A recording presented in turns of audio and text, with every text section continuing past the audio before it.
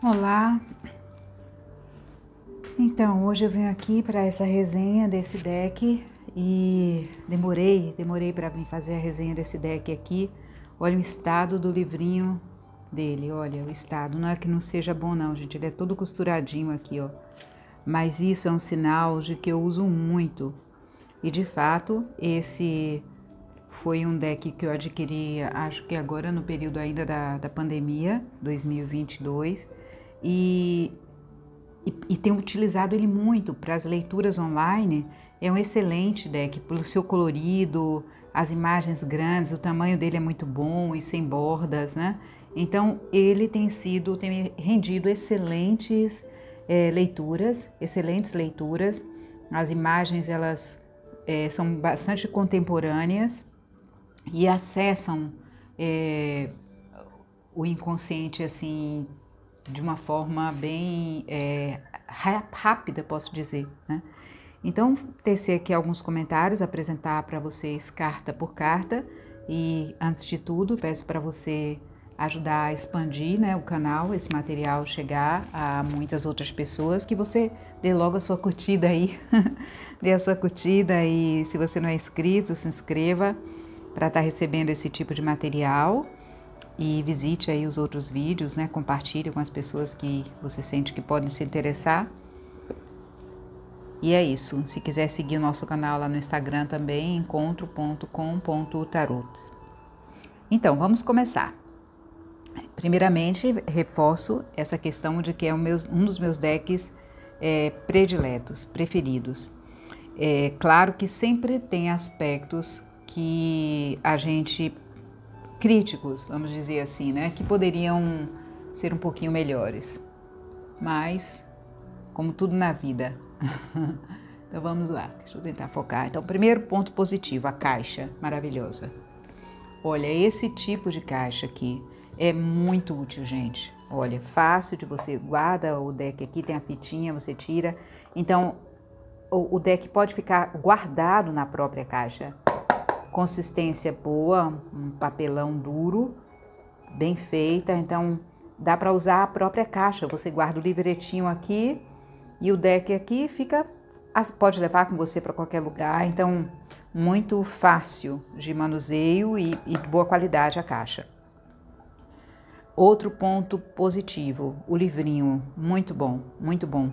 Embora, olha, aqui a gente tem uma síntese de cada arcano, mas ele é bem preciso, profundo, não é leviano. O fato de ser tão poucas informações aqui aborda o cerne, vamos dizer assim, das questões e traz um mantra interessante para cada carta, né? Então, volto a dizer que meu livrinho ele tá precisando de uma reforma, porque eu uso muito, mesmo quando eu estou fazendo leituras, tiragens de outros, estou fazendo a carta do dia, que eu costumo fazer no outro canal, e tudo isso eu uso, às vezes, os mantras, uso alguns textos desse autor, Chris N. Então, muito boa. Gostei bastante do livretinho, embora tenha essa questão do material.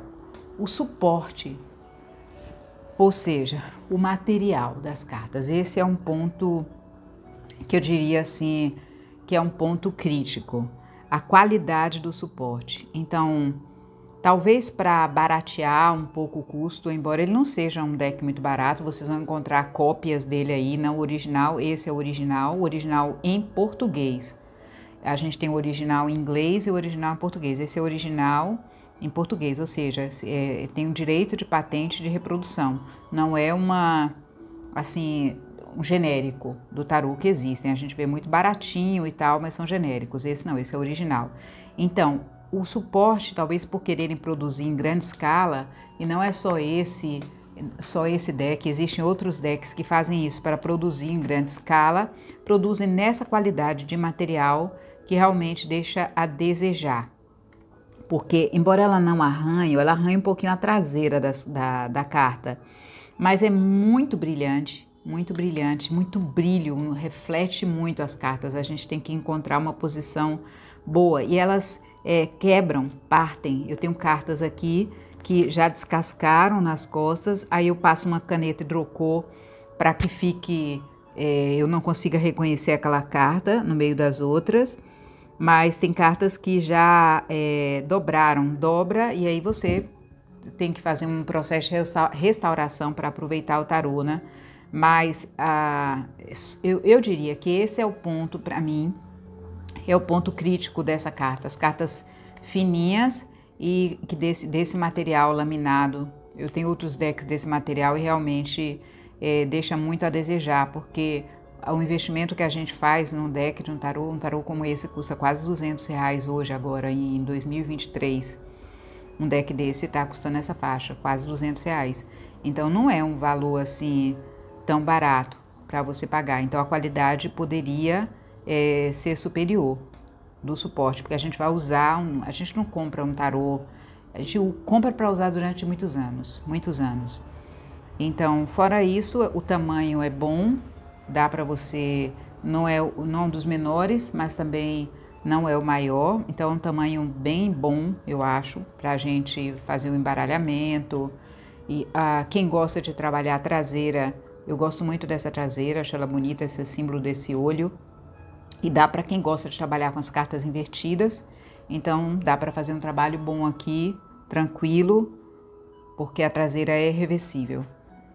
Então, vamos agora às cartas. Eu vou mostrar carta por carta para vocês, centralizar aqui a imagem.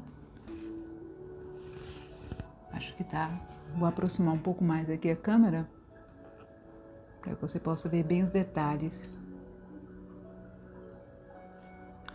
Então, a gente começa com Arcano Louco, muito bonita a imagem, muito colorida. Então, como eu falei, essas imagens, elas estão trabalhadas dentro de uma linguagem mais contemporânea, né?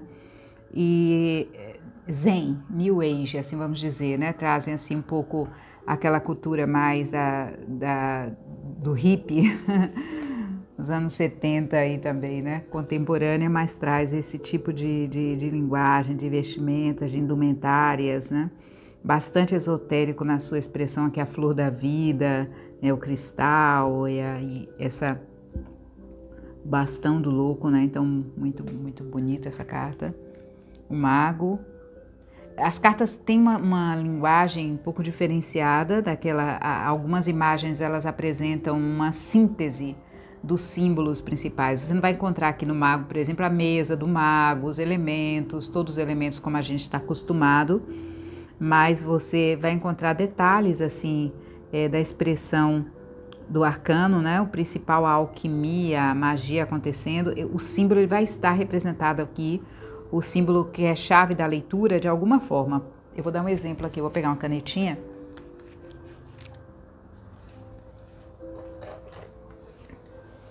Minha canetinha de leitura, olha aqui. Aqui a gente tem, em cada raio desse aqui, os símbolos dos elementos, os 4 elementos, do fogo, da terra, da água e do ar. Aqui. Olha aí. Então, não tem a mesa do mago, mas os símbolos, eles estão representados. Aí a gente tem também, novamente, uma das cartas, a capa, né, da caixa, a Suma Sacerdotisa. Um detalhe da Suma Sacerdotisa, na verdade, a caixa, ela é a sacerdotisa, né? Em inglês é The Light Seers. Todo o centramento, a lua, né? A conexão com o superior, com o sagrado, a imperatriz. Eu só vou comentar algum que eu sinta que tem alguma questão que peça aí alguma. Olha aí, maravilha.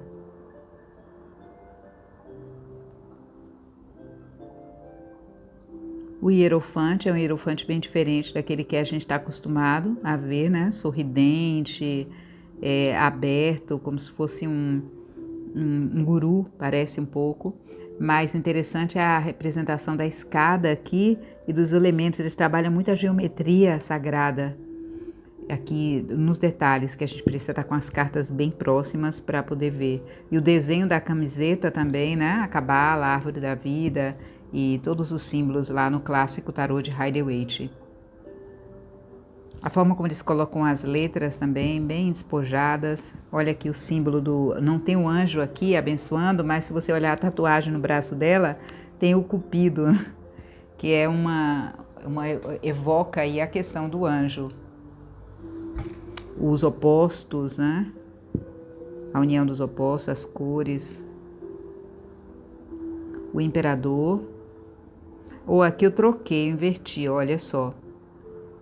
Bem, vocês já viram, não tem problema, porque na verdade aqui viria logo depois da imperatriz, viria assim, tá? Eu inverti a carta na hora de arrumar, eu uso muito esse deck, eu tive que alinhar para vocês. Então vamos lá, aqui o imperador. Olha, interessante a representação que ele faz. O imperador normalmente ele traz o mundo nas suas mãos. E o seu trono é um alce, um carneiro, na verdade. E a gente tem o trono dele, é a representação do planeta. É como se ele estivesse sentado sobre o próprio planeta, o domínio dele, o império dele sobre o próprio planeta. É o piso quadrado, né, mostrando a estrutura, a forma. Muito bonito também. Esse aí a gente já viu, esse aqui também já viu. Então vamos para o carro agora. O colorido das cartas é assim, é muito bonito, é especial realmente. O carro, o condutor na carruagem, pode ser um ator de circo, né, andando pelas cidades, os cavalos sem rédeas, olha que interessante. Eles trazem o carro, mas eles estão sem nenhum tipo de rédeas, é como se tudo fosse controlado pela força interna. A água atrás, né, que é esse conseguir superar suas próprias emoções, está relacionado ao signo de Câncer. Esse aqui também é muito bonito. A fera interna, né? Internalizada, e ao invés de colocar o leão, que normalmente a gente vê, uma bestia, eu já coloco o aspecto como se fosse totalmente domesticado, educado, né? Dominada. A fera, ela está internalizada. O eremita.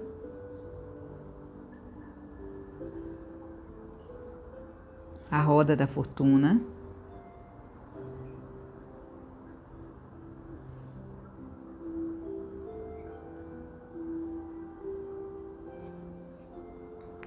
A justiça, eu acho interessante esse reflexo, né? Esse espelho.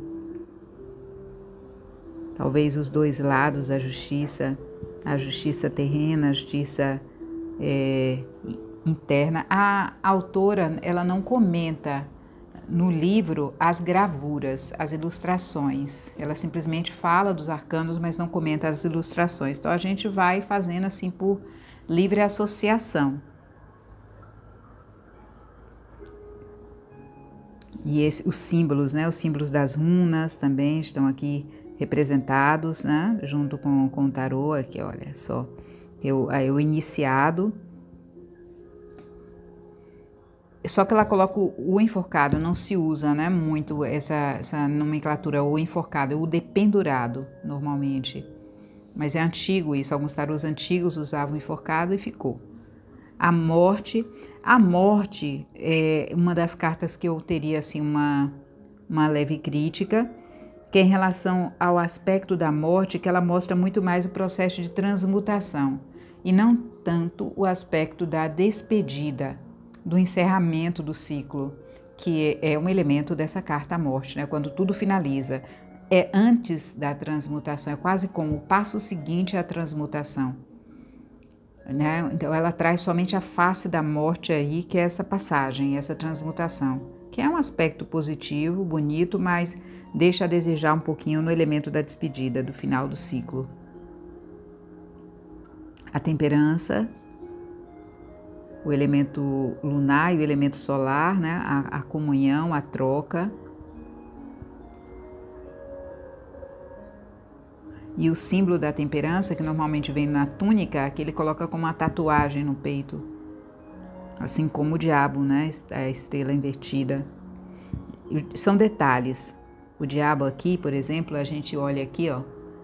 É como se ele tivesse... Você olha a imagem e não vê logo esses detalhes. É importante a gente parar na carta, se deter na carta para ver os elementos todos. Ó, o bode aqui, o pan aqui representado. Aqui a gente vê uma marionete, né? Uma marionete. Que no tarô clássico são aquelas figuras acorrentadas.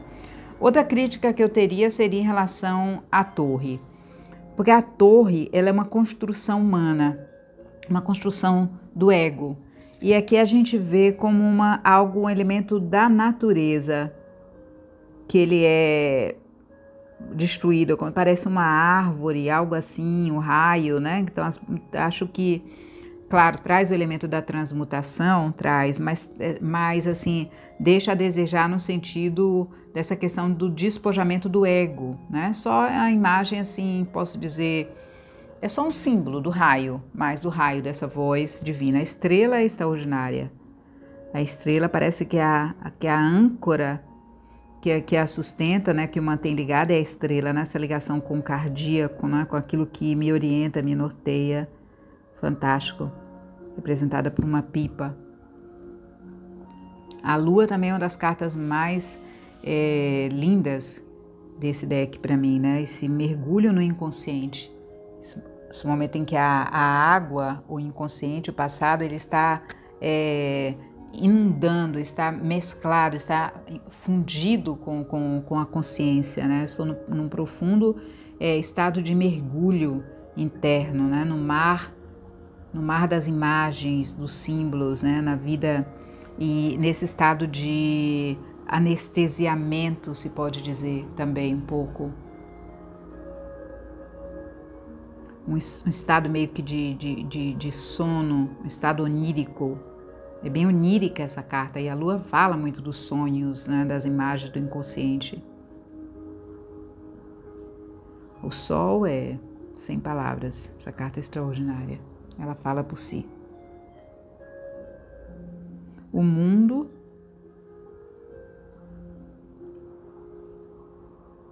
a serpente, né, aqui representada.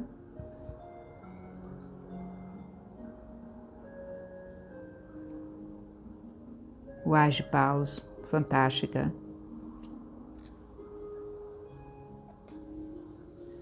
Dois de Paus, nossa, essa carta Dois de Paus é uma das Dois de Paus de todos os decks que eu tenho, que melhor representam para mim esse aspecto da indecisão, da indefinição, do sair, se está em cima do muro, do sair da zona de conforto e abrir-se, olhar o mundo, esse desejo de ir em encontro ao externo, aquilo que está além, né? E deixar aquilo que eu já construí, com essa figura aqui que faz a sequência com o 3 de paus, porque ela mostra que a surfista, ela estudando aqui uma possibilidade de uma excursão, né? Uma viagem pelo mundo.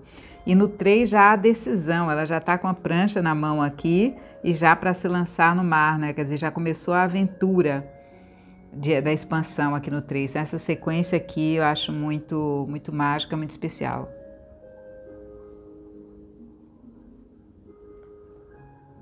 O 4, esse ambiente de cumplicidade, de celebração.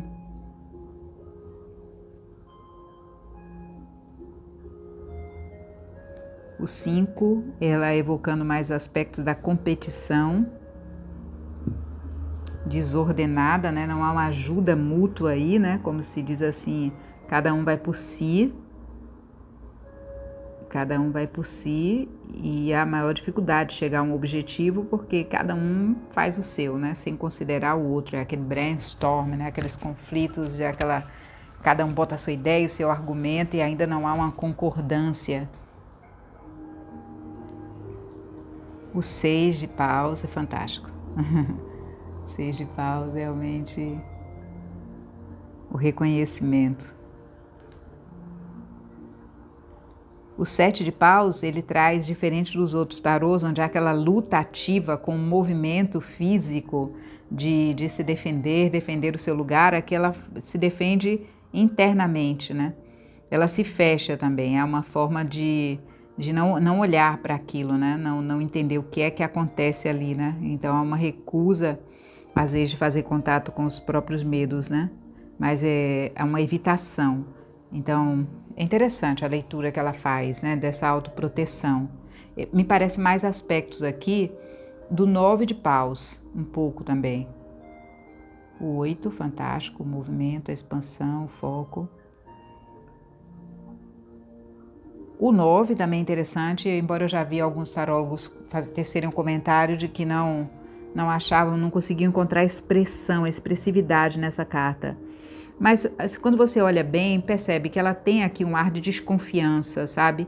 Eu vivi alguma coisa e agora eu estou ali em prontidão e estou olhando assim, meio que desconfiada para me lançar em novas experiências. Eu acho que tem a ver, sim, com alguns aspectos.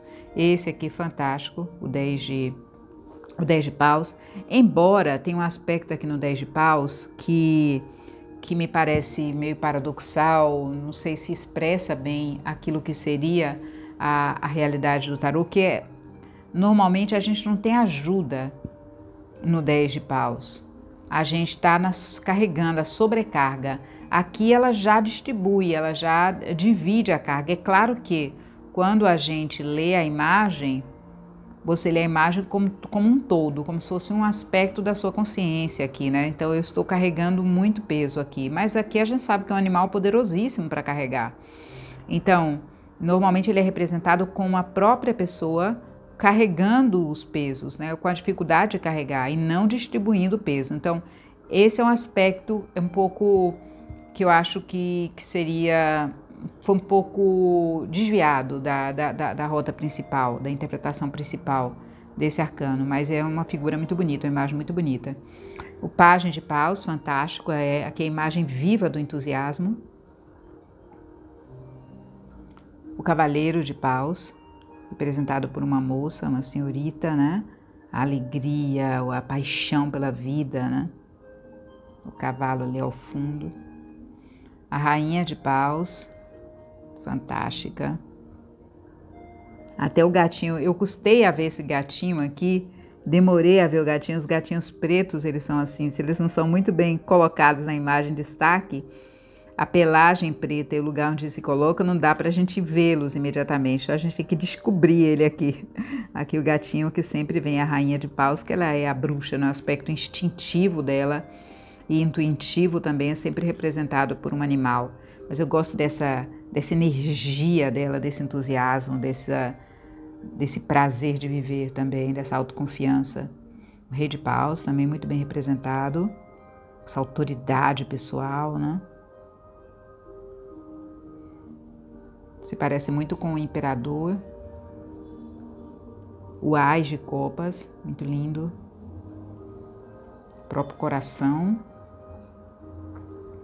O 2 de copas, também gosto muito dessa complementariedade.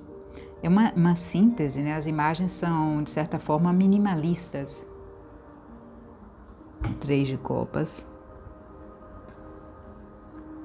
4 de copas também, eu gosto muito dessa imagem, da forma como ele representou. Fala muito dessa atmosfera de meio que letargia, meio que depressão, meio que de, sabe, um recolhimento, mas aquela baixa, aquela água parada mesmo, aquele momento em que a gente não vê assim graça na vida, né? Parece que a gente está meio que de lado, as coisas, a beleza da vida está passando por nós e a gente não consegue acessar. 5 de copas, bem a atmosfera de perda, de luto, né? De que tá tudo indo parece sendo tragado, né? Pela água, aquele luto, parece que a gente não vai sair dele, né? Aquela perda, aquele remorso. A nostalgia do 6 de copas, a infância, o prazer, os bons momentos, a saudade, o passado que volta. A indecisão do 7 de copas, fantástica, muito bem expressada aqui. As opções, né? As tantas opções. O desapego do 8 de copas, o ir atrás da sua luz, da sua estrela, da sua chama. O prazer, né? O contentamento do 9 de copas, que é o desejo também, né? Mas também, isso tem a ver com o momento, a gente vê aqui o baú cheio de ouros e fala que é a realização do desejo, o 9 de copas, né? Porque o 9 de copas é considerado uma carta superficial, em que a gente entra num prazer, num contentamento, parece que é intermediária entre a busca do 8 de copas e o encontro da plenitude, que é o 10 de copas, né?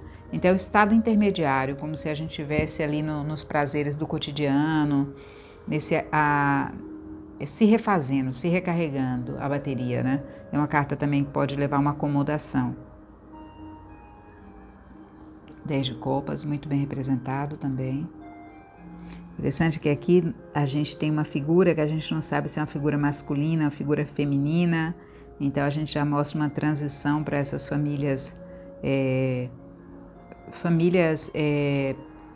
modernas, a gente pode dizer, né? Onde os casais nem sempre são casais heterossexuais, mas podem ser casais homo também. Então aqui não está claro, né? Deixa a figura, quando a gente olha no detalhe, deixa aberta essa possibilidade. Isso é muito bom, levando em conta o nosso contexto mesmo atual. O sonhador, a criança sonhadora, né? Aqui representada numa pajem de copas. E o romântico, o idealista, também o sonhador, o cavaleiro de copas. É lindo esse cavaleiro de copas, o poeta. A rainha de copas, extraordinária. As figuras da corte são... É um tarô muito bonito mesmo. Totalmente aqui mergulhada nas suas emoções.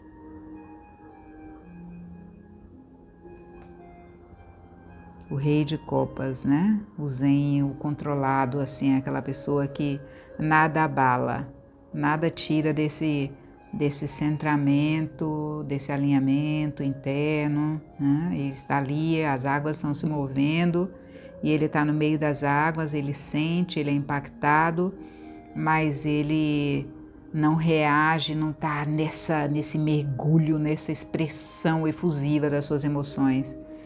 Ele está no zen, o mestre zen, no xamã. O Ás de espadas, fantástico. Os labirintos da mente, no meio dos labirintos da mente a gente encontra uma clareza, né? Como se dissesse a luz no fim do túnel. É a soberania da mente, da razão.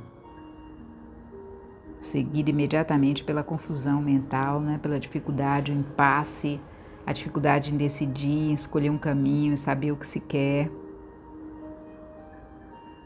A tatuagem, os detalhes da tatuagem.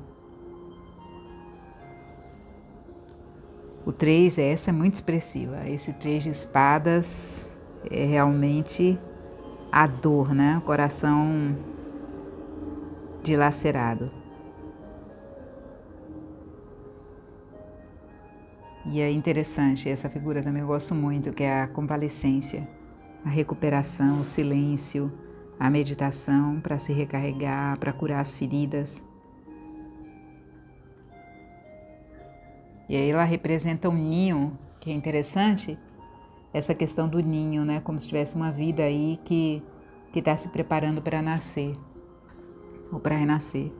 O 5 de espadas, o conflito, a desonra, a injustiça. Que a gente tem ao fundo uma figura.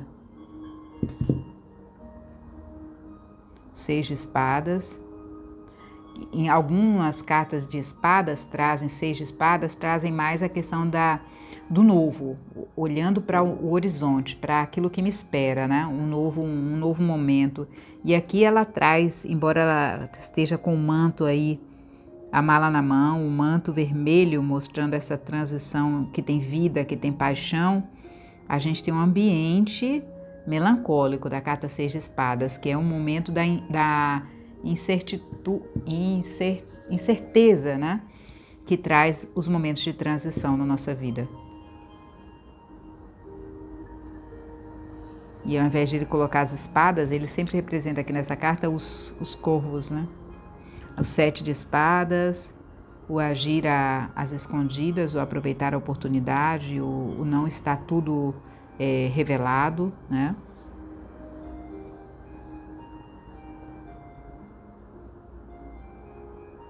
O 8 de espadas, as crenças limitantes.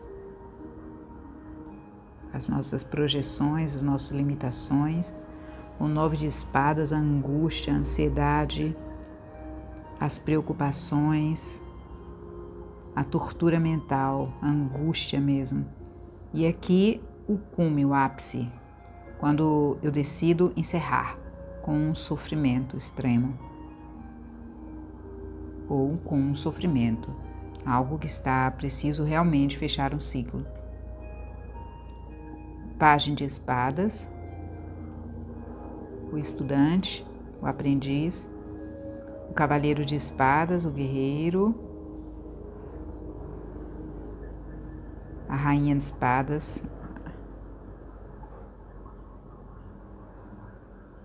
a sábia, né? A anciã, o rei de espadas. Olha os elementos aqui, a coruja, aí. Várias formas de aves, né, representadas, de seres voadores.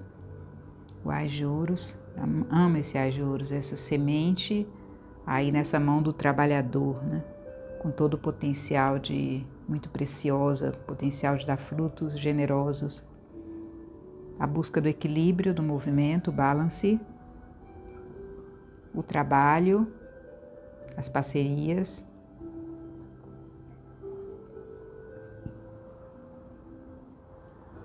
A reserva, né? É a reserva, essa carta, guardar a energia, a estabilidade, a segurança, ou a avareza também se pode dizer, né? O 5 de ouros, a falta. O 6, a generosidade, a partilha, o compartilhar. Esse aqui é especial, essa carta, 7 de pentáculos, ou 7 de ouros. Para mim é um dos 7 de ouros que mostra uma forma de, sabe, como esperar, né? Como esperar. Enquanto eu espero, eu cuido. O 8, cadê o 8? O 8 aqui, primeiro, antes do 9. O trabalho, o aprimoramento. O 9, a colheita. E a disciplina. E o 10, o cume, a estrutura, a ordem, tudo aquilo que quando a gente cultiva o mundo material, ele responde, né? Todos os frutos no mundo material e todos os valores, né? Para se alcançar uma estabilidade no nível material. Então, o legado também, aquilo que eu deixo, a minha marca concreta no mundo, ou que eu recebo, a herança. Família, a ordem, a estrutura, o pajem de ouros, o pequeno cientista, cavaleiro de ouros, o semeador, o agricultor também, a rainha de ouros, poderosíssima, e para encerrar, o rei de ouros. Então fica aqui com vocês esse tarô, esse deck que eu super recomendo, e é isso. E fique aí, se ligue no canal e em breve a gente vai estar fazendo aqui outras resenhas, tem algumas resenhas aí que você pode visitar, que já foram feitas, mas aos pouquinhos a gente vai explorando esse universo aí dessas expressões artísticas, esse universo mágico do tarô. Até breve.